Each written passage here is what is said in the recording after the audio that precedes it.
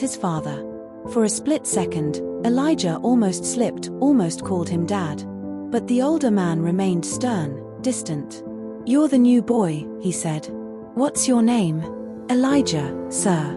The older man nodded slowly. "My son was once named Elijah too. Pity." He disappeared. Elijah's throat tightened. His father looked at him closely. "You work hard." "Yes, sir."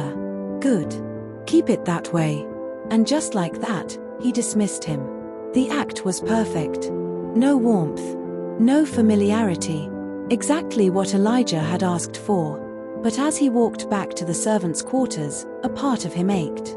He hadn't just faked his identity. He had erased it. All to know if love, true love, could bloom even in the mud.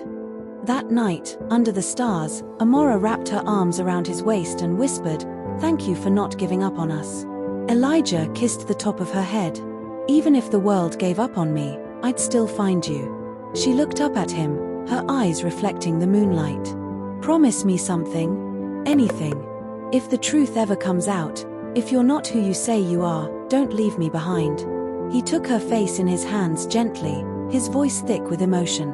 "I'd rather lose my name, my past, even my future, than lose you." In that moment, the silence between them said everything words could not. The air was heavy, not with fear, but with longing, truth, and trust. Their lips met slowly, like two waves finally crashing into one another after a long, aching pull. What started as a kiss deepened into something far more vulnerable. That night, in the privacy of their little room behind the mansion, they gave themselves to each other for the first time. It wasn't rushed. It wasn't perfect. But it was real. Pure. With trembling hands and whispered words, Elijah undressed her with care, as if afraid she might disappear. And when he realized she was untouched, a virgin, his heart clenched. "Amora," he murmured, pulling back.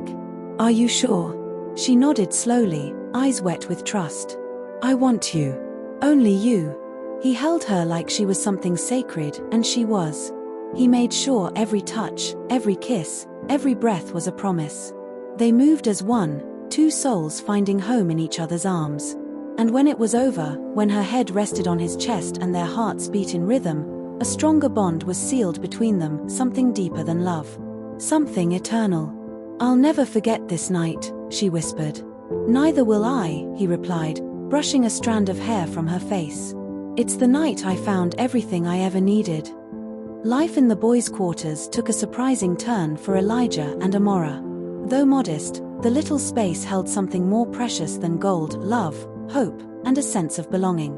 They made every day count, each morning beginning with whispered dreams and each night ending in a gentle embrace. But peace never lasts forever. The mansion's halls had eyes, and soon, Elijah's father, the formidable business tycoon Mr. Richard Hart, decided to play his final card. Disguised under his boss role, he kept a close watch on Amora. Though she was respectful and hardworking, he couldn't shake the gnawing need to test the strength of her love. He began with small gestures: new clothes left at the door, fancy perfume placed by her bed, a bouquet of roses that seemed to appear out of nowhere. When she politely returned them all, his curiosity grew. Then came the visits. One afternoon, he found her alone by the garden, watering the small patch she and Elijah had planted. "You're a beautiful girl, Amora," he said casually. "Tell me, what is it that keeps you beside a poor houseboy when you could have a life many only dream of?" She looked up, a faint smile playing on her lips. "I don't need dreams anymore, sir. I already live mine." He chuckled darkly. "Let's say, I offer you a world tour, a personal driver, anything you want. Just say the word, and I'll make sure you never suffer again." She stood, wiping her hands on her skirt. "With all due respect, sir, suffering isn't what I'm afraid of. Losing the man who treated me like a queen when he had nothing, that's what I fear." The words hit him like thunder. Days passed. He increased the stakes: jewelry, spa appointments, a promise of her own apartment in the city. But she refused them all, with nothing but grace in her voice. The old man could only nod to himself in private, finally convinced. This girl wasn't chasing gold. She had already found treasure in his son. That night, Elijah was called into his father's private study. The air was thick with unspoken things. "She passed," his father said, pouring himself a drink. Elijah's brows furrowed. "What do you mean?" "I tested her. Over and over. Tried to break her loyalty. But she stayed true. You were right about her." Elijah exhaled, a burden lifting. His father turned to him. "It's time, son. Tell her the truth. She deserves to know who you really are." The next morning, Elijah took Amora for a walk by the small lake behind the mansion. The sun had just begun to rise, painting gold across the water.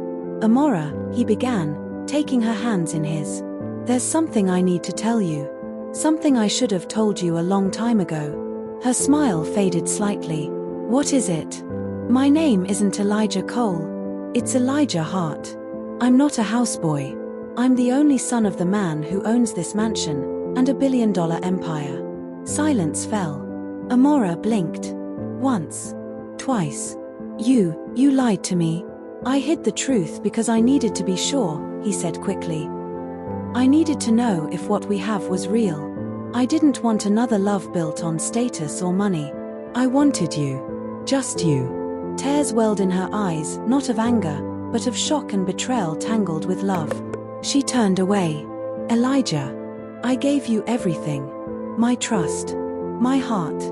My body. I know. And I'll spend the rest of my life proving to you that it wasn't a game. That this love, it's the only real thing I've ever known." She stood there for a long time. Then slowly, she turned back, eyes red, heart torn, but still beating for him. "I hate that you lied. But I love you more than I hate the lie." He wrapped her in his arms, and just like that, the storm broke. 2 weeks later, the Grayson estate hosted the grandest wedding the city had seen in years. Social media exploded with pictures of Elijah Grayson and his beautiful bride, a former orphan maid turned the queen of his heart.